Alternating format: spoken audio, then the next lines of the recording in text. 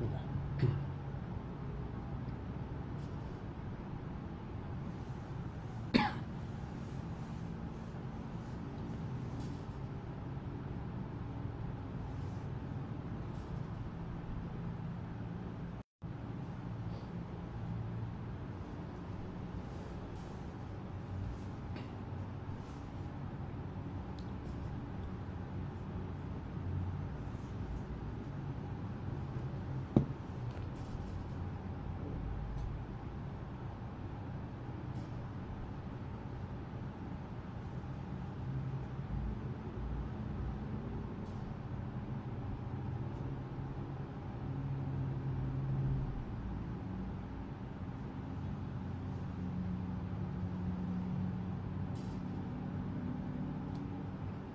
Bismillah.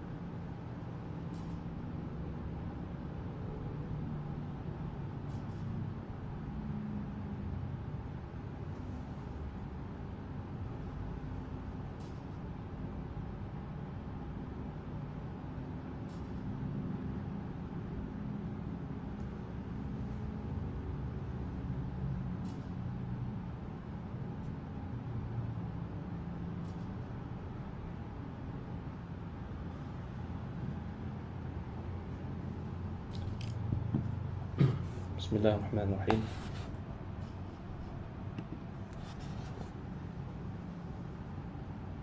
Assalamualaikum warahmatullahi wabarakatuh.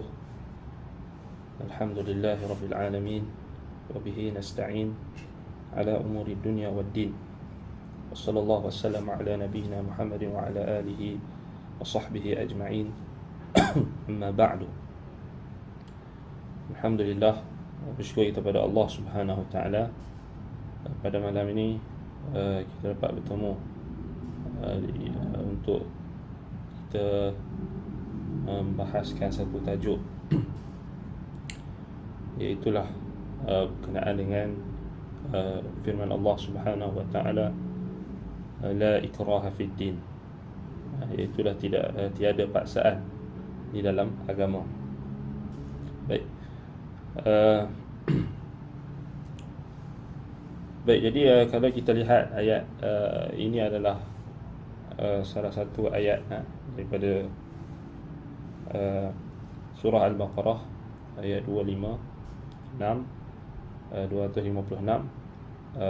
Allah Subhanahu wa taala berfirman, la ikraha fid din qad tabayyana ar-rushd min al-ghayy faman yakfur bit-taghut wa yu'min billahi faqad istamsaka bil-'urwati al-wuthqa la infisama laha wallahu sami'un alim.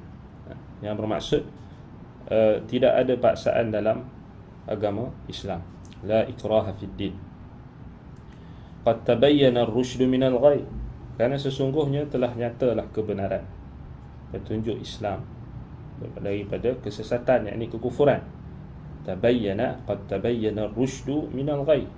Kerana telah jelas dan nyata kebenaran Islam, tunjuk Islam dari kesesatan, yakni kekufuran. Faman yakfur bit-taghut wa yu'min billah faqad istamsaka bil 'urwati al-wuthqa la infisama laha wallahu sami'un alim. Oleh itu, sesiapa yang tidak percaya ataupun mengkufuri taghut, siapa yang menolak dan mengkufuri taghut, tidak percaya kepada taghut, tidak beriman dengan taghut, kufur kepada taghut, dan dia pula beriman kepada Allah, maka sesungguhnya dia telah berpegang kepada urwatil wuthqa, yakni simpulan, yakni tali agama yang sangat teguh, la infisama laha, yang tidak akan putus. Wallahu sami'un alim, dan Allah Maha mendengar lagi Maha mengetahui. Baik. Jadi kalau kita lihat pada ayat ini, kata Syekh Abdul Rahman Ibn Nasir As-Sa'di rahimahullah dalam tafsir beliau, Taisirul Karimur Rahman fi tafsir kalam Al-Mannan. Beliau mengatakan, yukhbiru ta'ala annahu la ikraha fid din li'adami al-hajati ila al-ikrah alaih, li'anna al-ikrah la yakunu illa ala amrin khafiyatin a'lamihi ghamidatin atharihi aw amrin fi ghayati al-karahati lin-nufus. وأما هذا الدين القويم والصراط المستقيم فقد تبين أعلامه للعقول وظهرت طرقه وتبين أمره وعرف رشد من الغي، فالموفق إذا نظر أدنى نظر إليه آثره واختاره. وأما من كان سيء القصد فاسد الإرادة خبيث النفس يرى الحق فيختار عليه الباطل. Baik, Allah Ta'ala mengkhabarkan bahawasanya tiada paksaan, la ikraha fid din, yakni di dalam agama. Dalam agama ini, kenapa? Kerana apakah sebab di dalam agama kita ini tidak ada paksaan?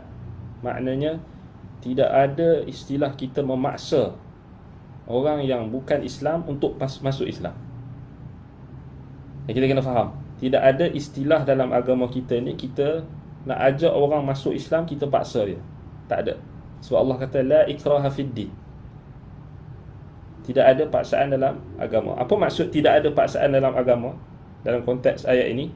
Maknanya dalam Islam, Islam tak berhajat, Islam tak perintahkan kita untuk, yakni umatnya, penganutnya, untuk memaksa orang yang bukan Islam untuk masuk Islam. Kenapa? Li'adamil hajati ilal ikrahi alaih. Kerana tidak berhajatkan, agama ini tidak berhajatkan pemaksaan kepadanya. Agama kita ini tak berhajat untuk kita nak paksa orang untuk masuk agama. Tak perlu. Sebab apa? Li'anna al-ikrah la yakunu illa ala amrin khafiyatin a'lamuhu illa ala amrin khafiyatin a'lamihi. Kerana pemaksaan ataupun paksaan tidak berlaku melainkan sesuatu perkara yang tersembunyi, tanda-tandanya tersembunyi. Kita kata apa, tanda-tandanya, kesannya yang tidak dapat dilihat, ghamidatu atharihi, ataupun sesuatu perkara yang kata Syekh As-Sa'di, atau amrin fi ghayatil karahati lin nufus, ataupun sesuatu perkara yang sangat dibenci, sangat-sangat dibenci kepada jiwa. Maknanya paksaan ini, selalunya paksaan ini hanya akan berlaku pada perkara yang tak jelas, atau perkara yang kita kata kelabu, perkara yang sama-sama ghamidatu atharihi, yakni kesannya kita tak nampak, tak jelas. Ataupun paksaan ini berlaku pada perkara yang paling tak disukai, yang dibenci oleh jiwa, yang tak apa, yang kita kata yang tak, perkara yang tak disukai oleh jiwa, tak disukai oleh apa dia kita kata tabiat dan fitrah manusia. Selalunya itulah yang akan berlaku paksaan. Baik.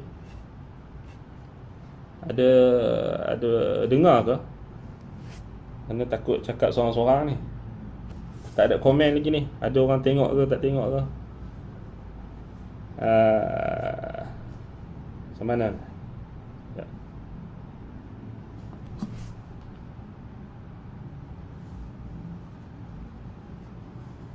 Takut kita cakap sorang-sorang kan. Lama kita tak guna Facebook ni pun, lama kita tak buka. Okey ke?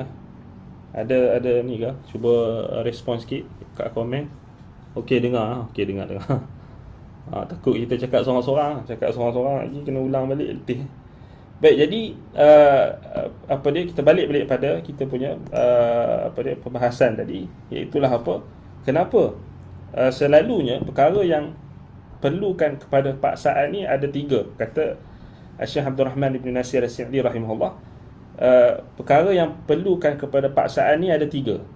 Pertama, perkara tu tak jelas, ataupun kita kata perkara tu khafiyatun a'lamihi, maksudnya perkara yang tak jelas, ataupun perkara yang sama-sama. Kedua, tak jelas langsung ataupun yang sama-sama. Ataupun yang ketiga, perkara tu perkara yang tak disukai oleh diri, tak disukai oleh jiwa, tak disukai oleh fitrah, tak disukai oleh apa kita kata perkara yang menjadi tabiat kebiasaan manusia. 3 ni akan berlakunya paksaan pada 3 perkara. Kemudian tengok kata Syekh, wa amma hadha dinul qawim was-siratul mustaqim faqad tabayyana a'lamuhu lil 'uqul. Adapun agama ini, Islam yang lurus, wasiratul mustaqim, jalan yang lurus ini, faqad tabayyana a'lamuhu lil 'uqul, telah jelas segala tanda-tanda, segala kita kata petanda-petanda kebaikan, petunjuk-petunjuknya yang baik, semuanya telah jelas dan boleh diterima oleh akal. Wa dhaharat turuquhu, dan segala jalan-jalan kebaikan yang ada, yang terbentang di dalam agama ini telah jelas, terzahir. Wa tabayyana amruhu, urusan dalam agama ini juga sangat jelas. Wa urifa ar-rushd min al-ghayy, sebab tu Allah Subhanahu Wa Taala sebut apa? Qad tabayyana ar-rushd min al-ghayy. Jelas antara ar-rushd, yakni apa kita kata apa dia, kebenaran Islam, petunjuk Islam, kelurusan dan kemurnian agama ini jelas.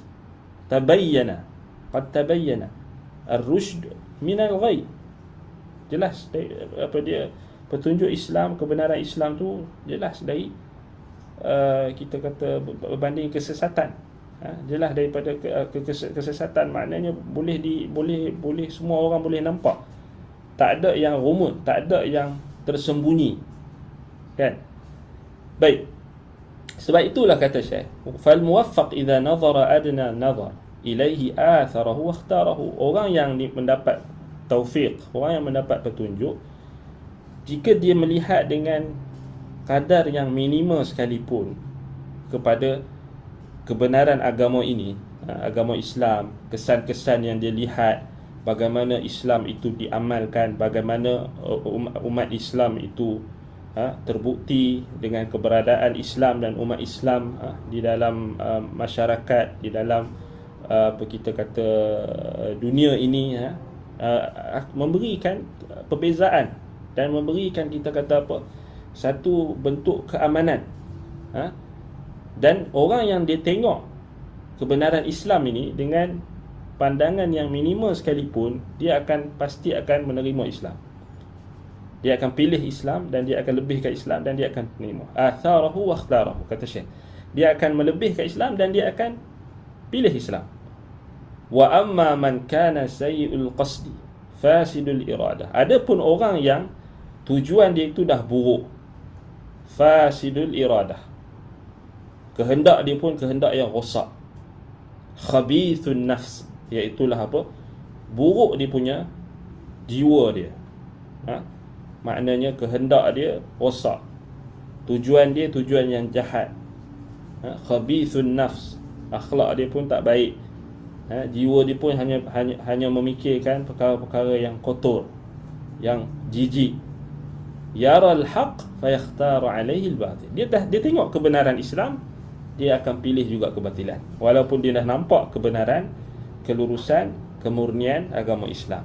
Wa yubsirul hasan wa yubsirul hasana fayamilu ila al-qabih. Dia dah nampak dah bagaimana cantiknya Islam, indahnya Islam, fayamilu ila al-qabih. Dia tetap condong kepada perkara yang hodoh, dia tetap condong kepada perkara-perkara yang buruk, dia tetap condong kepada perkara-perkara kekufuran dan kesyirikan. Fahadha laisa lillahi hajah fi ikrahihi ala din. Maka orang macam ni, maka bagi Allah tidak berhajatkan untuk apa? Untuk memaksanya untuk ikut agama ini, kerana dia sendiri dah pilih kesesatan. Maknanya kita senang kita nak faham pada ayat ni, La ikraha fid din, tidak ada paksaan dalam agama. Kenapa? Kita kena tahu, kita kena explain dekat orang-orang yang salah faham, orang-orang yang selalu gunakan ayat ini untuk menjadikan alasan mereka kononnya tidak ada paksaan dalam agama Islam ni, kononnya kita tak boleh, orang Islam kita tak boleh letakkan kita tak boleh letakkan hukum ke atas mereka untuk mereka keluar daripada Islam. Kita perlu biarkan mereka bebas memilih agama bila mereka dah masuk Islam. Itu salah. Maksud ayat ni, orang yang, kita kena faham, orang yang belum masuk Islam, orang yang belum masuk Islam memang tidak ada paksaan. Kenapa? Kerana Allah tak berhajatkan kepada paksaan. Allah tak berhajatkan untuk memaksa makhluknya untuk masuk agama Islam. Allah Subhanahu Wa Taala berkuasa atas segala sesuatu. Tetapi dengan kehendak, kita kata syarak, kehendak, kita kata syariat, kecintaan yang ada kaitan dengan kecintaannya, Allah Ta'ala tak mahu memaksa. Kerana Allah SWT bagi pilihan. Sebab itu kita kata tidak ada hajat bagi Allah untuk memaksa sesiapa sahaja yang tidak mahu menerima Islam, kerana dia dah nampak kebenaran Islam tetapi dia tetap memilih sebaliknya.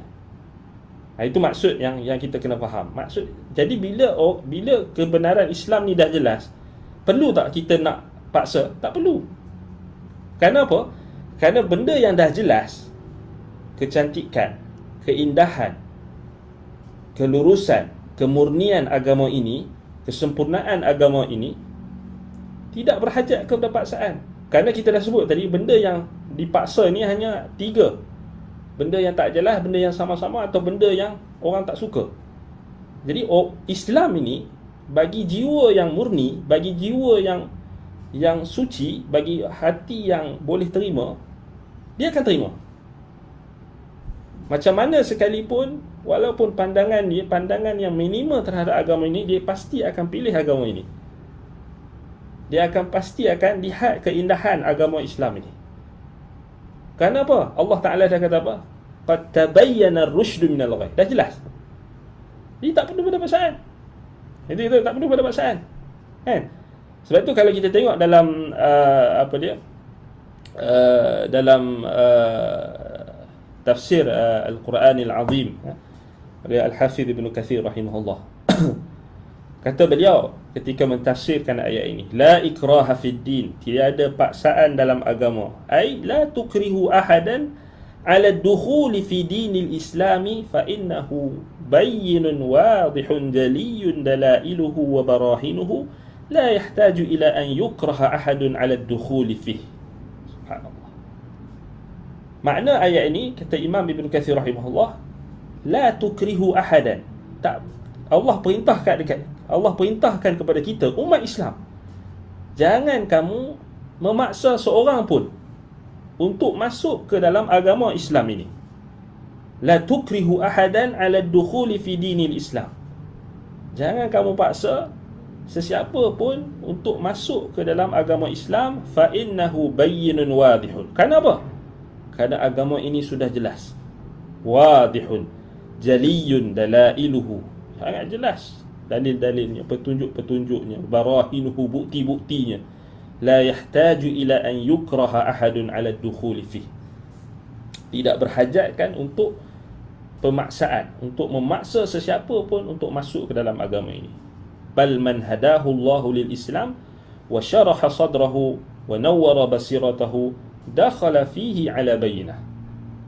Bahkan sesiapa sahaja yang Allah berikan petunjuk kepadanya untuk Islam, untuk menerima Islam, Allah lapangkan dadanya, Allah sinarkan cahaya pada pandangannya, pada penglihatannya untuk masuk ke dalam Islam ala bayyinah.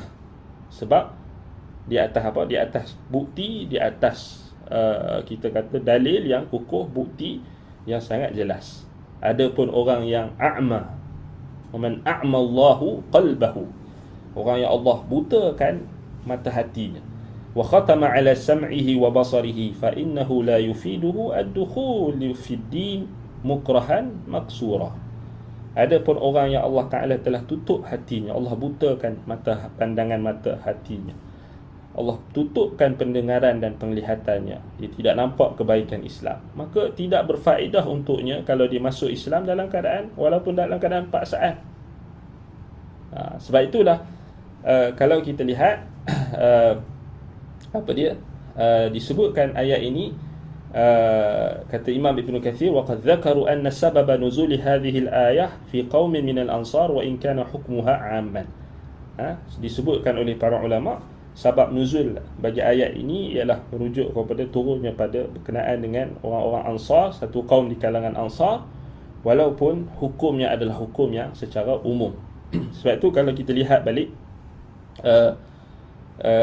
datang dalam riwayat Ibn Abbas, la ikraha fid din, kata Ibn Abbas, nazalat fi rajulin min al-ansar min bani Salim ibn Auf yuqalu lahu al-Husayni, kana lahu ibnan nasraniyan wa kana huwa rajulan musliman, faqala lin-nabiy sallallahu alaihi wasallam ala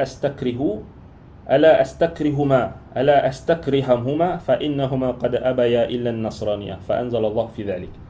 Ini salah satu riwayat tentang sebab nuzul tentang ayat ini. Dikatakan turunnya ayat ini pada seorang lelaki di kalangan Ansar daripada Bani Salim bin Auf, yang dikatakan namanya Al-Husayni, dan dia mempunyai dua orang anak, yang mana anaknya itu adalah beragama Nasrani.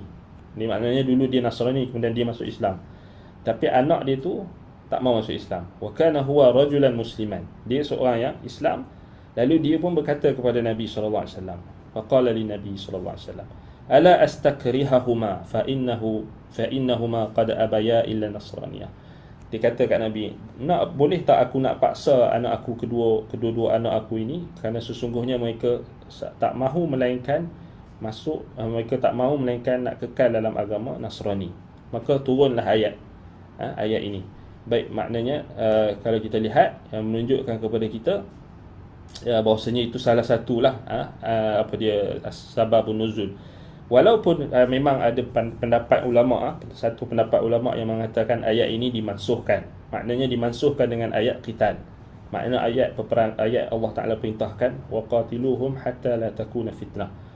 Allah perintahkan supaya memerangi orang-orang musyrikin, orang-orang kafir, sehingga tidak ada lagi fitnah. Tetapi hukum yang kita kata secara umumnya masih kekal dari sudut kita kata memang kita tak boleh paksa.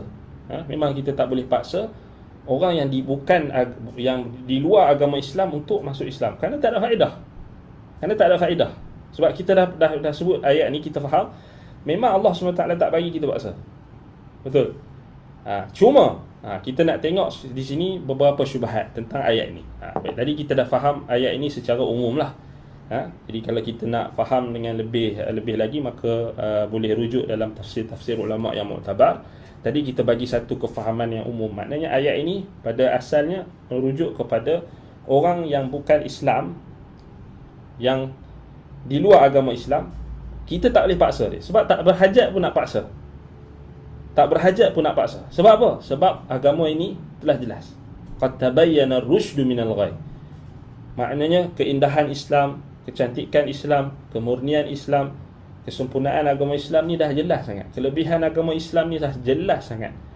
Dan tak mungkin kita kata orang yang maknanya orang yang kita kata ada sedikit kita kata terbuka hatinya ataupun pandangannya, takkan terima kebenaran Islam. Kerana jelas Nabi SAW umpamakan agama kita ni, Islam ini, Nabi tinggalkan kepada kita seperti apa?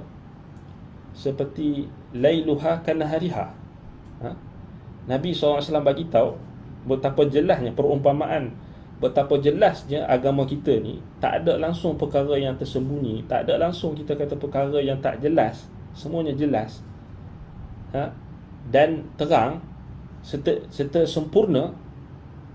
Sebab itu Nabi SAW ibaratkan lailuha kanahariha, malamnya macam siang. Maknanya apa? Walaupun waktu malam nampak macam siang.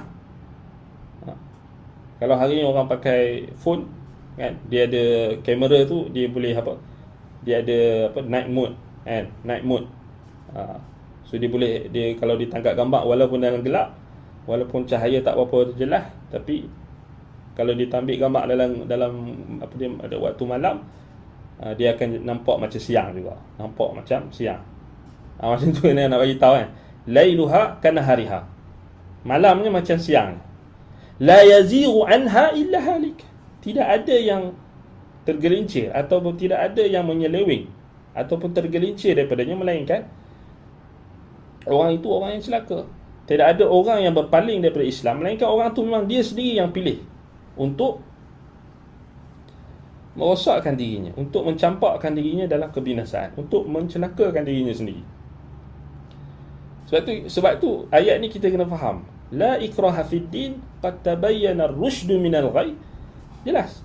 Sebab tu dia tak boleh baca kat situ je. Dia tak boleh berhenti dekat situ, la ikraha fid din. Dia baca tidak ada paksaan dalam agama. Kemudian dia pun mulalah apa? Digoreng. Digoreng kefahaman. Dia kata tak boleh paksa dalam agama, maknanya kalau dah ada dalam agama Islam pun, dia nak keluar daripada Islam, tak boleh paksa, tak boleh kena kehukuman. Ini salah. Tak ada langsung, tak ada seorang pun ulama Islam yang muktabar faham ayat ni merujuk kepada orang yang ada dalam Islam. Tak, ayat ni merujuk kepada orang yang bukan Islam, yang dia tak masuk Islam lagi. Kita tak perlu paksa. Faham? Sebab apa? Qad tabayyana ar-rusydu minal ghayy. Jelas antara petunjuk, antara kebenaran Islam dari kesesatan. Jelas. Daripada kekufuran, daripada kesyirikan. Jelas. Sebab itu kalau kita tengok balik, syubhat yang sering diulang-ulang tentang ayat ini, dan lebih-lebih lagi syubhat itu datang melalui lisan-lisan golongan ilmaniyin, golongan almaniyin, golongan liberaliyin, golongan sekular, golongan liberal, dan seangkatan dengannya, disebabkan oleh mereka buruknya kefahaman mereka terhadap ayat ini. Mereka tak faham. Mereka tak faham ayat ni. Mereka meletakkan ayat ni dengan makna yang fasid, makna yang rosak. Dan mereka mendakwa ayat ini menjadi dalil kononnya adanya konsep apa yang mereka namakan seperti kebebasan dalam pegangan agama. Mereka salah faham. Mereka jadikan ayat ni, mereka kata inilah ayat la ikraha fid din, inilah ayat menunjukkan adanya kebebasan agama dalam Islam. Maknanya mereka tak faham mereka tak faham konteks kebebasan agama tu macam mana.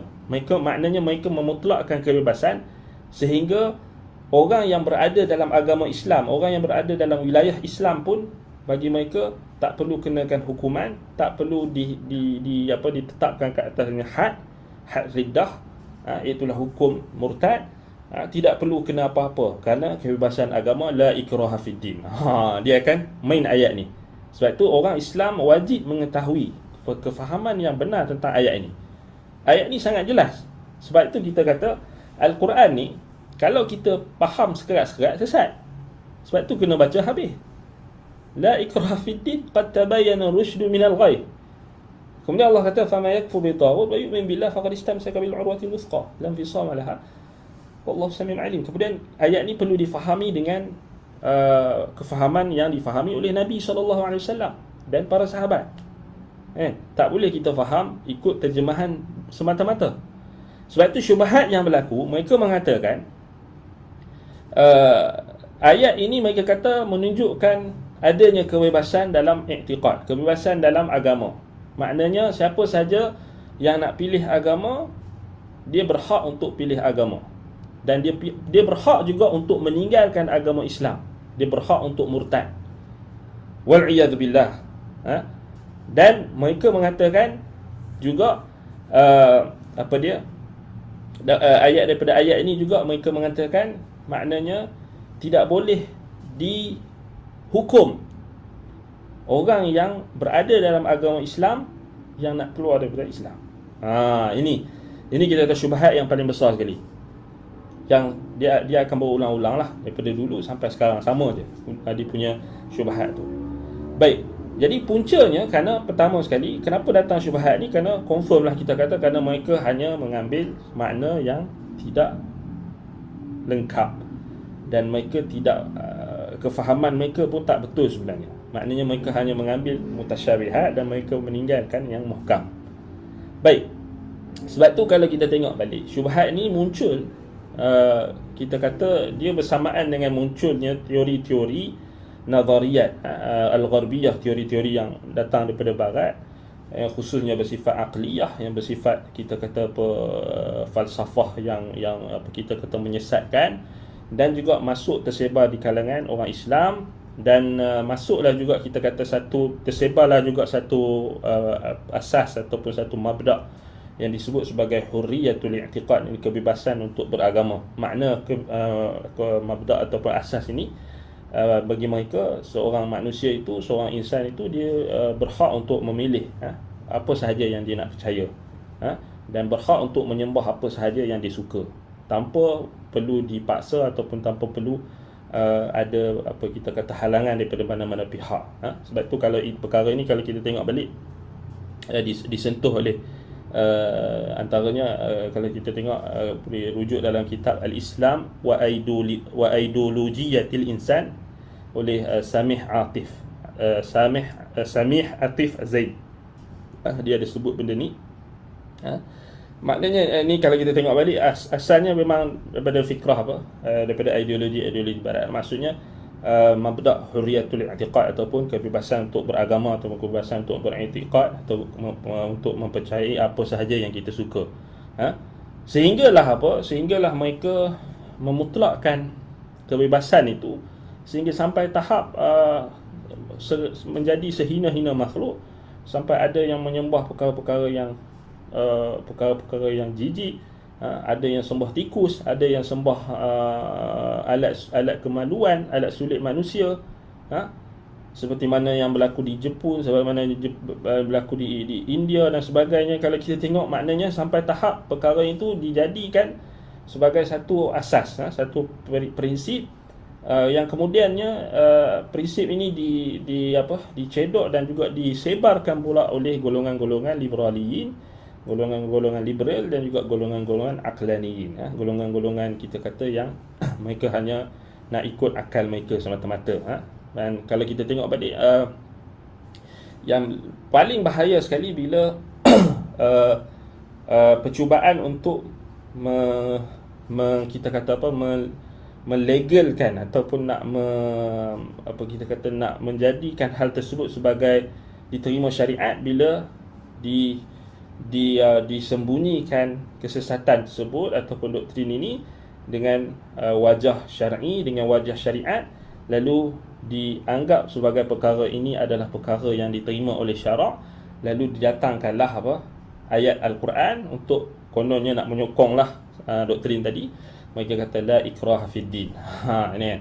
Sebab tu kalau kita tengok balik ini juga ada jugalah, maksudnya contohnya macam Rashid Al-Ghanushi dalam kitabnya Al-Hurriyatil Ammah fi Dawlatil Islamiyah, Dr. Muhammad Salim Al-Iwa dalam kitabnya Usulun Nizam Al-Jinai fil Islam, Dr. Abdul Majid An-Najjar dalam kitabnya Dawru Hurriyatir Ra'yi fil Wahdatil Fikriyati Bainal Muslimin, kemudian Dr. Yusuf Al-Qardawi dalam kitabnya Jarimatul Riddah wa Uqubatil Murtad fi Daw'il Qur'ani wa Sunnah. Maknanya ini antara nama-nama tokoh yang mereka maknanya mereka cuba bawa syubhat ni, tetapi dengan apa kita kata dengan apa agak halus, sangat-sangat halus, sehingga sebahagian orang Islam pun terkeliru dan mereka menganggap ini memang makna bagi ayat la ikraha fid din.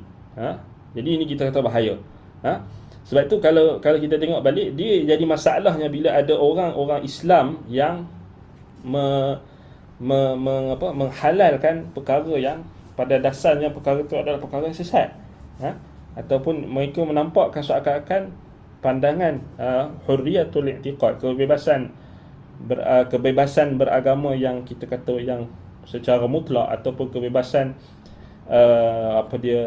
i'tiqad itu, ataupun kebebasan memilih agama itu dengan tanpa ada batasan yang dibataskan oleh syarak.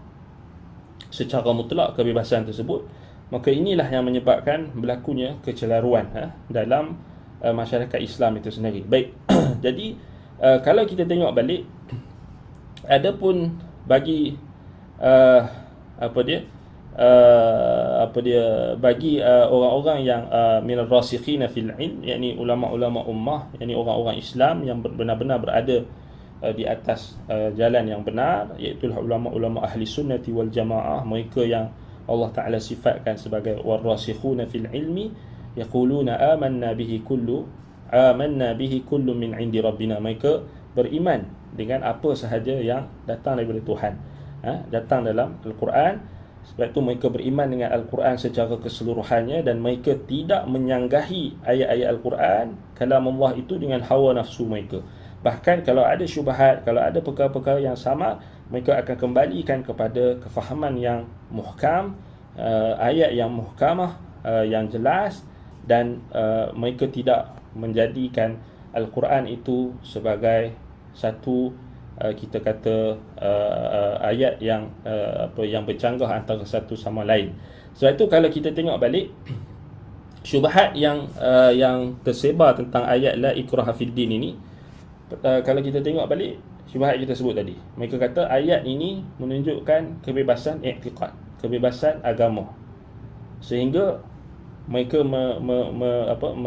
mengatakan, mendakwa tak berhak untuk dihukum orang yang nak keluar daripada Islam, sama ada hukuman ta'zir ke, hukuman had ke.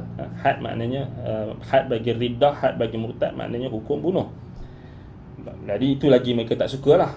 Sini syubhat mereka kata tak berhak, maknanya mana-mana agama tak boleh kita kata memaksa penganutnya untuk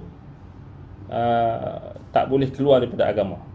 So ini kita kata dia punya syubhat. Kerana ayat Quran Allah Ta'ala berfirman la ikraha fid din, tiada paksaan dalam agama. Okey. Jawapan syubhat ini kita tengok daripada dua sudut. Yang pertama, apa yang didakwakan, syubhat yang didakwakan oleh golongan ini, padanya terdapat taktil, yakni penolakan dan penafian terhadap had daripada hududillah, had daripada hukum-hukum had yang telah ditetapkan oleh Allah Subhanahu wa taala, iaitu haddur riddah. Yakni dalam Islam, kita kena faham, dalam Islam agama kita ini, kita sebut ayat tadi, ayat la ikraha fid din qad tabayyana rusydu minal ghayy. Memang agama kita ni tak diperintahkan untuk penganutnya untuk memaksa penganut lain untuk masuk agama kita, kerana kita tak berhajat pada paksaan. Kita tak berhajat kepada paksaan, kerana agama kita ni agama yang paling clear, yang paling jelas, yang paling terang, yang paling sempurna dan paling benar. Agama yang paling benar. Inna dina indallah al-Islam. Agama yang diterima oleh Allah Islam. Tak ada agama yang benar melainkan agama Islam. Agama para nabi dan rasul. Agama ini agama yang dibina di atas dasar tauhid. Agama yang jauh daripada segala unsur-unsur kesyirikan. Agama yang jauh daripada segala unsur-unsur yang kita kata yang jijik, unsur-unsur yang najis, unsur-unsur yang kita kata yang kotor. Jadi tak berhajat kepada paksaan. Kita faham. Tetapi syubhat yang mereka dakwa itu telah mentaktil salah satu daripada hukum Allah. Sebab apa? Sebab kita kata agama kita ni, walaupun kita tak diberikan kebenaran oleh Allah untuk paksa orang lain untuk masuk agama Islam, tetapi agama kita ni ada peraturan dia. Ada syariat yang telah ditetapkan oleh Allah, ada hudud yang telah Allah letakkan batasannya, antara had yang Allah letakkan iaitu had riddah. Maknanya kalau kamu dah masuk agama Islam, kamu tak boleh keluar. Kamu tak boleh keluar lah. Kalau kamu keluar, ada hukuman. Ada hukuman. Itu kita kena faham. Baik. Dan ianya bercanggah dengan nas yang sarih. Syubhat yang mereka dakwa tak berhak untuk kita hukum orang yang nak keluar daripada Islam, orang yang nak murtad daripada Islam. Syubhat mereka itu telah melanggar, bercanggah dengan nas yang sarih, yang sabit daripada Nabi SAW, iaitulah hadis Nabi SAW, man baddala dinahu faqtuluh. Barang siapa yang menukar agamanya, maka hendaklah ditegakkan hukum ke atasnya, faqtuluh, iaitu hukum bunuh. Ini haddur riddah. So ini kita kena faham, kan? Baik, kena faham bukan semua orang yang bunuh dia maknanya pemerintah. Pemerintah. Baik. Yang kedua, dari sudut yang kedua, ayat ini dan hadis, ayat ini, ayat la ikraha fid din, dan hadis-hadis berkenaan dengan kita kata hukuman hudud yang diperintahkan oleh Allah Subhanahu Wa Taala, tidak ada percanggahan, tidak ada kontradik. Ini yang dia orang dakwa. Dia orang dakwa ada kontradik. Dia kata hadis berkontradik dengan ayat Quran. Baik, tak ada. Tak ada kontradik langsung. Dan tak ada juga kontradik dengan kita kata konsep kebebasan untuk memilih, kebebasan agama tu. Cuma kita kena faham lah kebebasan agama dalam konteks Islam ni, apa maksud dia. Maksudnya, kita sebagai orang Islam, kita tak boleh paksa orang bukan Islam untuk masuk Islam. Betul tak? Simple nak faham. Sebab apa? Sebab agama kita memang tak berhajat untuk paksa. Sebab kita memang tak berhajat untuk paksa orang. Sebab agama kita ni memang dah sempurna. Tak berhajat kita nak paksa. Cuma kita, sebab itu kita diperintahkan untuk dakwah. Kita tak diperintahkan untuk paksa orang. Kita diperintahkan untuk dakwah, untuk mengajak manusia, bukan memaksa. Saya tahu Allah Ta'ala sebut kat Nabi, wa ma anta alaihim bijabbar. Engkau wahai Muhammad tak boleh paksa mereka. Lasta alaihim bimusaitir. Kau tak boleh paksa. Kan? Baik. Wahia kalau kita sebut balik apa dia? Bahkan Islam itu sendiri, ayat yang kita baca la ikraha fid din itu sendiri adalah dalil yang paling besar menunjukkan Islam meraihkan kebebasan agama. Yang kita kena faham kebebasan agama dalam konteks apa? Kita tak paksa orang untuk menerima Islam. Betul? Kan? Tetapi kalau yang dimaksudkan dengan kebebasan agama tu sebelum dia masuk Islam sebelum dia masuk Islam, ada pun hadis-hadis Nabi SAW yang sebut tentang man baddala dinahu faqtuluh. Barang siapa yang tukar agama, barang siapa yang murtad, bunuhlah dia, kata Nabi SAW. Maknanya hukumnya adalah hukum had, yakni had riddah, iaitu bunuh. Yakni pemerintah berhak untuk menegakkan apa dia hukuman, iaitu hukuman bunuh. Maka itu adalah selepas dia dah masuk Islam. Bukannya sebelum masuk Islam. Sebelum masuk Islam dia tak berhak. Kita tak berhak untuk hukum dia. Kalau dia nak pilih agama apa sekalipun, kita tak berhak nak hukum dia. Kalau dia tak pilih agama Islam, kita tak berhak nak hukum dia. Nampak? Jadi hadis Nabi SAW yang sebut tentang hukum, yakni had riddah, yakni hukum yang khusus spesifik tentang jenayah murtad. Satu, maknanya dalam Islam, keluar daripada Islam, murtad daripada Islam ni jenayah. Jenayah. So jenayah yang besar dan jenayah yang kita kata ditetapkan oleh Allah Subhanahu Wa Taala, yang Allah Al-Hakim, Al-Alim, Al-Khabir, yang maha bijaksana. Dengan hikmahnya Allah Subhanahu Wa Taala menetapkan hukum bagi orang yang dah masuk dalam Islam, dia tak boleh keluar. Kalau dia keluar, hukum kena ditegakkan ke atas dia. Dia kena dibunuh. Sebab apa? Sebab nak bagi tahu dekat kita, agama Islam ni bukan agama yang syok-syok kamu nak masuk, kamu nak keluar, macam kamu tukar apa? Macam kamu lompat parti ke? Tak. Kamu nak tukar parti politik ke? Kamu lompat jadi sini ustaz, jadi nak jadi tu ustaz. Bukan. Islam bukan macam tu. So nak bagi tahu agama kita ni agama yang menjaga penganutnya, yang menjaga kita kata hak. Yang pertama sekali hak Allah. Sebab Allah Ta'ala yang turunkan agama ni. Allah Ta'ala yang wajibkan kita untuk ikut agama ni. Allah Ta'ala yang turunkan syariat. Sebab itu kita tak boleh main-main bila Allah Ta'ala dah tetapkan hukum. Tak boleh kita main-main. Kan? Maksudnya dah masuk Islam, tak boleh keluar suka hati. So nak buat macam mana? Memang itu dah hukum Allah. Siapa kita nak pertikaikan, tak ada siapa boleh pertikaikan. Kerana ini memang hukum Allah. Nampak? Jadi yang dimaksudkan dalam hadis-hadis Nabi SAW tentang perintah untuk menegakkan hukum had ke atas orang yang murtad, orang yang nak keluar daripada Islam, wal'iyadzubillah, maknanya dia merujuk kepada orang yang dah masuk Islam. Orang yang berada dalam agama Islam, dia nak keluar. Nampak? Kemudian, kalau kita tengok balik, apa yang kita kena faham sebelum masuk Islam, kan? Seseorang individu itu memang dia tak akan pernah dipaksa untuk masuk Islam. Kerana Islam ni jelas sangat, kan? Dan tak berhak pun, tak berhajat pun untuk kita nak paksa. Dan kalau kita tengok balik macam mana kita kata ayat yang kita bacakan tadi pun jelas. Allah Ta'ala kata qad tabayyana ar-rusydu minal ghayy. Jelas. Ai maknanya qad tabayyana anna al-Islam rusyd wa anna al-kufr ghayy. Jelas. Islam ni membawa kepada petunjuk, membawa kepada bimbingan, membawa kepada kebenaran. Wal kufr ghayyun, yakni kekufuran itu yang sesat, jelas sesat. Maka fala yaftaqir ba'da bayanihi ila ikrah. Bila dah jelas tentang kebenaran Islam, keindahan Islam, maka tak berhajat lagi nak paksa. Kenapa kita nak paksa?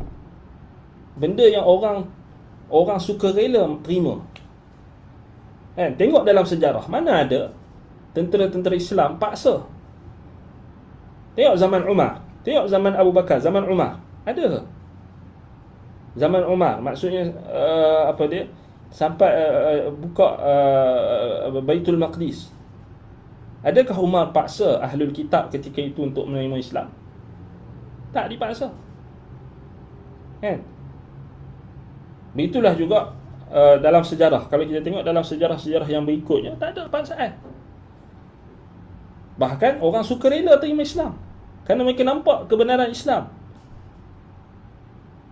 Nabi SAW ketika Fathu Mekah, Nabi paksa ke? Nabi paksa ke Abu Sufyan masuk Islam? Nabi paksa ke Khalid bin Al-Walid masuk Islam sebelum tu? Nabi paksa ke Amr bin Al-As untuk masuk Islam ketika dia seorang musyrik? Tak ada. Semua datang kepada Nabi SAW, sukarela. Nabi ke yang paksa Umar bin Al-Khattab untuk masuk Islam? Nabi paksa ke Allah Ta'ala bagi petunjuk? Allah bagi petunjuk. Mereka pilih dengan kerelaan mereka. Cuba tengok dalam sejarah, mana ada? Ada tak satu riwayat yang sebut Nabi paksa orang untuk masuk Islam? Cuba bawa satu, cabar. Geng-geng yang kata dalam agama kita ni Islam disebarkan dalam paksa. Tak ada. Baik. Jadi kita kena faham, maksudnya tak berhajat kepada paksaan. Yang kedua, kita kena faham, yang kedua, bila dia dah masuk Islam, maka dia wajib untuk beriltizam, untuk melazimi hukum hakam dan syariat-syariat yang ditetapkan dalam Islam. Dan dia tak boleh menyelisihinya, dia tak boleh tinggalkan. Dia tak boleh tinggal solat, dia tak boleh buat benda-benda yang dilarang, seperti zina, seperti riddah, seperti mencuri dan sebagainya. Kalau dia buat juga, dia berhak untuk dihukum. Kalau orang Islam dia mencuri, dia dah sampai had kita kata batasan yang ditetapkan, maka dia berhak untuk dihukum. Sama juga macam riddah. So apa simple nak faham?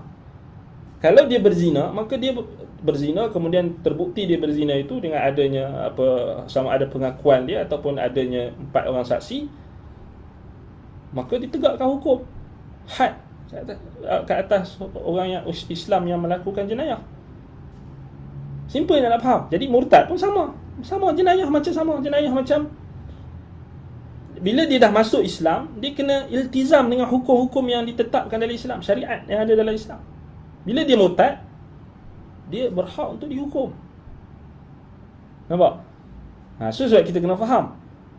Sebab tu orang yang mencuri dah sampai dia punya nisab, cukup dia punya dia punya had mencuri tu, maka dia potong tangan.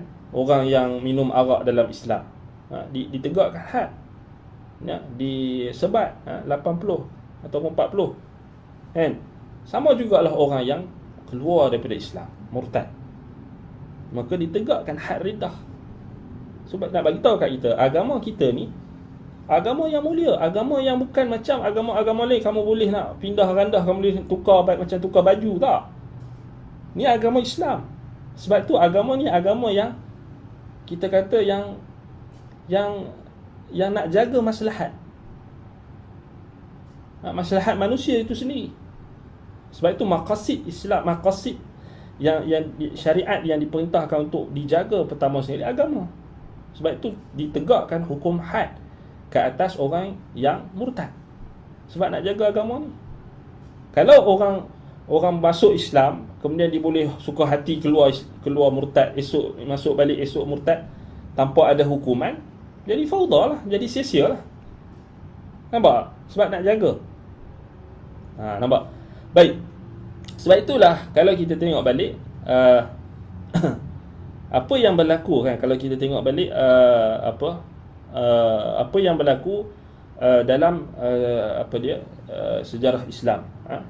Contohnya dalam kalau kita tengok apa yang diriwayatkan oleh Ibn Abbas tentang antara sebab nuzul ayat la ikraha fid din ni juga, ada seorang ianya turun berkenaan dengan apa yang berlaku pada orang Ansar.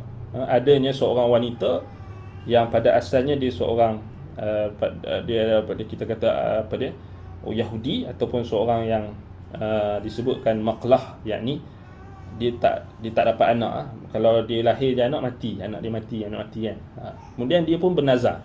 Dia bernazar, dia kata kalau anak dia ni lahir, dia mengandung waktu tu, kalau anak dia ni selamat hidup, dia akan Yahudikan anak ni.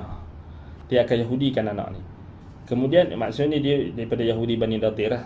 Kemudian bila Yahudi Bani Nadir ni dihalau, dikeluarkan, diperintahkan dihalau daripada Madinah, dan di kalangan mereka itu ada ramailah di kalangan anak-anak Ansar. Kemudian mereka pun kata la nad'u abna'ana, kita takkan tinggalkan anak-anak kita. Maka Allah Ta'ala turunkan ayat la ikraha fid din qad tabayyana rusydu minal ghayy. Maknanya menunjukkan kepada kita Allah Ta'ala melarang perbuatan memaksa orang-orang yang Yahudi, orang-orang yang dia dah pilih jadi Yahudi, kemudian kita nak paksa dia untuk masuk Islam. Dia tak pernah masuk Islam, dia memang dah jadi Yahudi, memang dididik daripada kecil, dia memang agama bukan Islam, maksudnya dia memang tak masuk Islam pun kan. Itu turun ayat ni kan. Baik, syubhat mereka lagi, mereka kata hadis-hadis tentang hukum murtad ni, mereka kata hadis tak sahih. Itu standard lah. Standard lah kan. Standard lah, bila mereka dah macam bijak sikit, mereka akan tuduh, mereka kata hadis man baddala dinahu faqtuluhu. Ni tak sahih hadis ni. Itu kan, ni standard tu kan. Bila mereka tak mau terima hadis yang sahih, maka mereka akan bagi alasan hadis tu adalah hadis yang tak sahih. Ni hadis dhaif, dia kata. Ni dhaif ni gini. Macam itulah kan. Itulah syaitan menghiaskan kepada mereka syubhat mereka tersebut. Sebab itu mereka kata antaranya mereka kata hadis-hadis yang macam contoh umirtu an uqatilan nas hatta yashhadu an la ilaha illallah wa anna muhammadan rasulullah wa yuqimu salata wa zakata fa idza fa'alu ahsamu minni dima'ahum wa amwalahum illa bihaqqiha wa hisabuhum 'ala Allah. Hadis tentang Nabi SAW bagi tahu, aku diperintahkan untuk memerangi manusia sehinggalah mereka mengucapkan la ilaha illallah, Muhammad itu Rasulullah, mereka mendirikan solat, mengeluarkan zakat. Bila mereka melakukan perintah-perintah syarak, asamu minni dima'ahum wa amwalahum, terpeliharalah harta-harta mereka dan darah-darah mereka dan harta-harta benda mereka, illa bihaqqiha, kecuali dengan haknya, kecuali dengan hak Islam. Maknanya kalau mereka menyalahi hak-hak ataupun syariat yang telah ditetapkan, mereka berhak untuk dihukum. Sebab itu Nabi SAW kata wa hisabuhum 'ala Allah, dan mereka akan dihisab, dan hisab di akhirat itu diserahkan kepada Allah Subhanahu wa taala. Baik. Sebab itu syubhat ni kita kata paling mudahlah kita nak maknanya bagi orang yang ialah syubhat yang paling lemah sekali adalah bila mendakwa hadis-hadis yang sahih ni mereka dakwa dhaif. Sedangkan hadis ini hadis yang sahih, yang pada kemuncak sahih, hadis ni pula mutawatir, bukan takat sahih, dia mutawatir. Maknanya diriwayatkan dengan jalur yang sangat banyak, yang mustahil berlakunya pendustaan. Diriwayatkan lebih daripada 15 orang sahabat, lebih daripada 15 orang sahabat dengan lafaz-lafaz yang berbeza. Dan hadis ini juga tidak bercanggah sama sekali dengan ayat-ayat Al-Quran yang kita sebutkan tadi. Kerana hadis-hadis ini dia dah jelas dah. Dia lebih jelas kalau kita tengok balik. Dia merujuk kepada apa? Merujuk kepada peperangan ataupun Nabi SAW mengisytiharkan untuk memerangi orang-orang yang kita kata musyrikin ini. Kalau kita tengok balik dengan syarat-syarat yang tertentu yang ada pada perbahasan jihad lah kan, dalam apa kita kata dalam perbahasan jihad. Sebab itu kalau kita tengok balik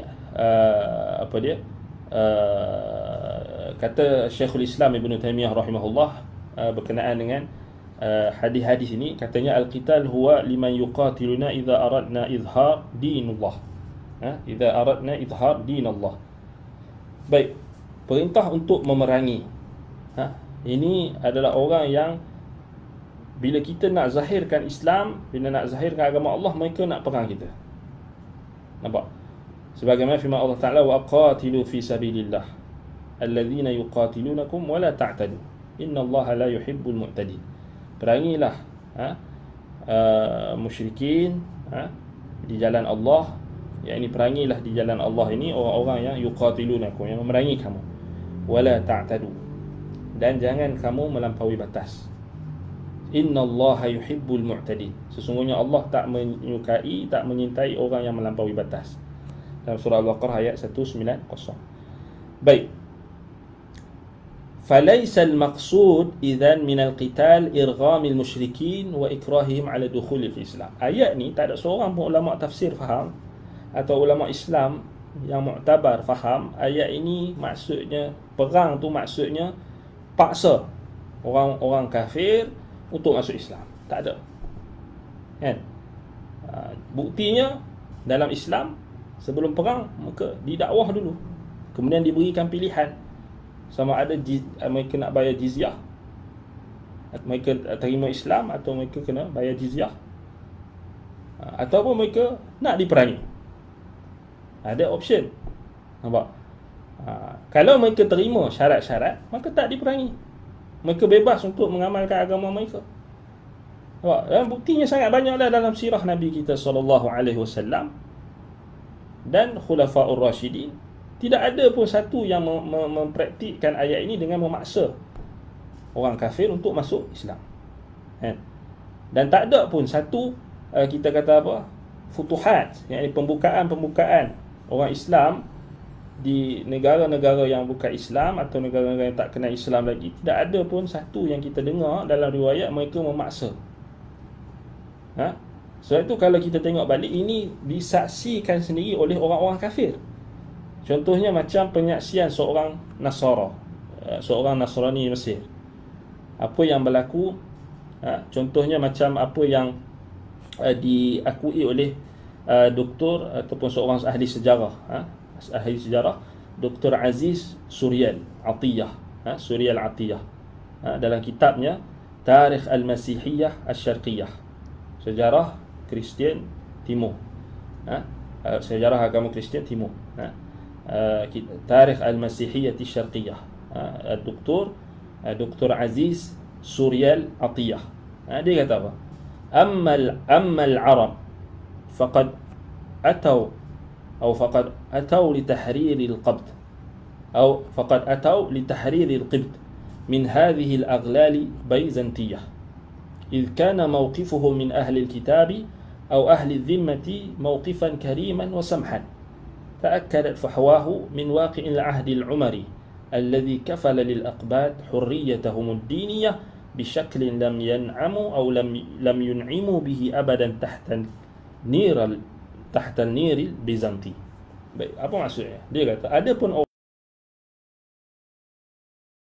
orang Islam, mereka telah datang li tahriril qibt, untuk memerdekakan orang Qibti, min hadhihi al-aghlal al-Byzantiyah, daripada kita kata apa, daripada belenggu-belenggu Byzantin.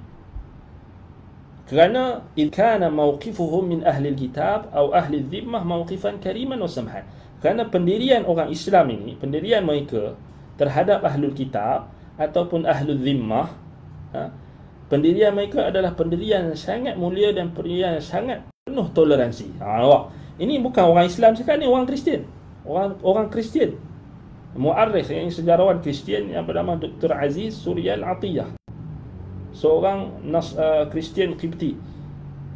Dia sebut ada pun orang Islam, orang Arab ni datang untuk membebaskan orang-orang Qibti daripada belenggu-belenggu Byzantine, yakni merujuk kepada Rom, yang ketika itu beragama Kristian. Kerana Kristian Rom ni Kristian pagan. So Kristian pagan ni dia ada apa, dia bersifat, kita kata dia tak apa, dia ada paksaan jugalah, ataupun ada tipu helah juga. Sebab tu kalau kita tengok dalam sejarah Kristian, macam mana mereka boleh sebarkan Kristian ni, banyak tipu helah kan. So banyak dengan tipu helah, dengan paksaan, ataupun dengan muslihat, kan, dengan kita kata macam-macam cara. Tetapi ini penyaksian daripada seorang mu'arrikh Kristian, Dr. Aziz Suryal Atiyah. Dia kata tak ada orang Arab, kerana orang Islam, pendirian mereka terhadap Ahlul Kitab, Yahudi dan Nasrani, kepada Ahlul Zimmah, pendirian yang kariman samhan, yang mulia dan sangat penuh toleransi. Dan diteguhkan lagi dengan apa yang berlaku secara realitinya, iaitulah Al-Ahd Al-Umari, pada apa yang telah tercatat dalam sejarah, iaitulah perjanjian yang telah diletakkan oleh Umar ibn al-Khattab radhiyallahu anhu, yang dinamakan sebagai Al-Ahd Al-Umari, ataupun Syurutul Umariyah, ketika Umar membuka Baitul Maqdis, iaitulah Umar meletakkan syarat, antaranya apa? Adanya kebebasan agama. Maknanya orang Kristian, orang Yahudi bebas, Ahlul Kitab bebas untuk pegang agama mereka, tidak ada paksaan. Dan itulah yang menjamin bagi orang-orang Qibti. Tengok, dia merujuk balik pada orang Islam pada zaman tersebut, menjamin bagi orang-orang Qibti, ini pada zaman Amr bin al-As yang membuka Mesir, sama, menjamin kebebasan mereka, hurriyatahum diniyah. Maknanya Islam itulah sebenarnya agama yang menjamin kebebasan agama, bisyaklin lam yun'imu bihi abadan tahta nirzat, dengan bentuk yang lebih hebat, lebih dahsyat. Yang kita kata mereka sebelum itu mereka tak pernah merasai nikmat toleransi selama-lamanya yang berada ketika mereka berada di bawah penguasaan Byzantine. Maksudnya, kalau kita baca dalam sejarah, memang orang bukan Islam sekalipun, mereka akan akui perbezaan bila Islam memerintah dengan bukan Islam memerintah. Sangat ketara. So kita bukan tengok yang sekarang ni, kita bukan tengok orang Islam yang bobrok, orang Islam yang tak amalkan Islam. Kita tengok sejarah Islam yang dulu, macam mana perbezaan. Sebab itu kebebasan agama ni, kebebasan agama, siapa yang paling menjamin kebebasan agama? Agama Islam. Betul tak? Kalau kita tengok Islam, tengok Nabi SAW sebelum utuskan mujahidin untuk berjihad, Nabi larang supaya jangan bunuh orang yang berada di dalam gereja atau orang yang berada dalam tempat-tempat peribadatan. Nabi larang. Nabi larang bunuh orang tua. Nabi larang bunuh wanita. Nabi larang bunuh kanak-kanak. Hatta haiwan, hatta tumbuh-tumbuhan pun Nabi SAW tak bagi untuk kita kata terbang dengan sesuka hati, melainkan ada sebab-sebab. Nak bagi tahu betapa toleransinya agama kita. Tidak bermakna bila kita sebut tentang toleransi ini, kita memudah-mudahkan ataupun beranggapan bahawasanya seperti mana yang didakwa oleh syubhat, kita kata orang yang bawa syubhat tadi lah, golongan liberal dan sebagainya, mereka kata bila orang dah masuk Islam, dia nak keluar, tak ada masalah. Tak. Itu pun kita tak boleh benarkan, kita tak boleh sokong, kita tak boleh iakan. Bahkan ini adalah kemungkaran. Bila mendakwa, kebebasan agama itu ditafsirkan dengan tafsiran yang tidak menepati Islam, tidak menepati apa yang ditunjukkan oleh Allah Subhanahu Wa Taala dan Rasulnya. Ini kita tak no kompromi lah. Tapi kita kata kebebasan agama yang ada dalam agama kita memang jelas. Buka sejarah, sejarah tak pernah menipu. Macam mana? Kan? Sebab tu orang yang jahil tentang sejarah atau orang yang tak tahu tentang agama Islam, yang jahil, inilah yang akan cakap merapu-rapu tu, yang cakap agama Islam ni yang paksa orang lah. Macam ni lah, gitulah, macam-macam yang kita dengar, yang orang-orang hari ini yang kebanyakannya jahil. Nasallallahu salamatu wal afiyah, yang berpunca daripada kejahilan. Sebab itu kesimpulan yang kita boleh dapat daripada perbahasan kita pada malam ini, iaitulah yang pertama sekali, ayat la ikraha fid din tidak langsung bermaksud orang Islam berhak untuk keluar daripada Islam tanpa dihukum ataupun mereka ada kebebasan untuk keluar daripada Islam. Tidak ada. Dan apa-apa sahaja bentuk sokongan ataupun bentuk usaha-usaha jahat yang cuba untuk meruntuhkan kefahaman yang benar tentang ayat ini, maka perlu dihalang. Perlu diusahakan untuk kita kata perkara tersebut tidak dapat dilakukan. Iaitulah apa? Berpunca daripada kefahaman ayat tadi. Ayat la ikraha fid din qad tabayyana ar-rusydu minal ghayy juga tidak menunjukkan adanya istilah kebebasan agama yang difahami oleh golongan-golongan yang menyeleweng, golongan liberal, golongan-golongan yang kita kata aqlaniyun dan seangkatan dengannya, yang mempunyai syubhat-syubhat, keraguan-keraguan mereka terhadap agama Islam.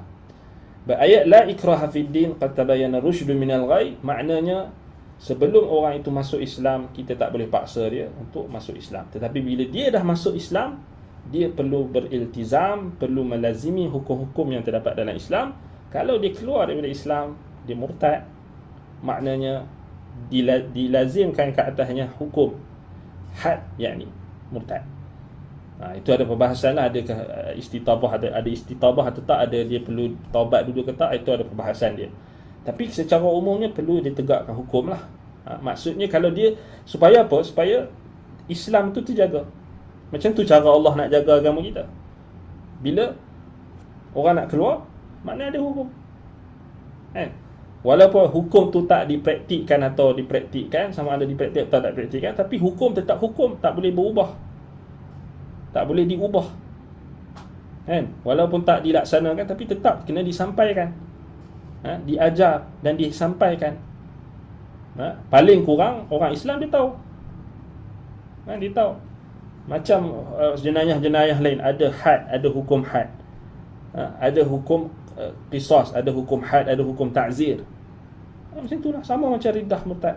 Jadi itu yang kita boleh lihat. Dan yang terakhir, kesimpulan yang kita boleh buat, dalam sejarah Islam tidak ada satu pun praktikal umat Islam yang menunjukkan kepada kita agama kita ini disebarkan dengan cara paksaan. Carilah satu riwayat sirah atau riwayat sejarah sekalipun, kita takkan dapati ada yang kita kata Islam ini disebarkan dengan cara paksaan.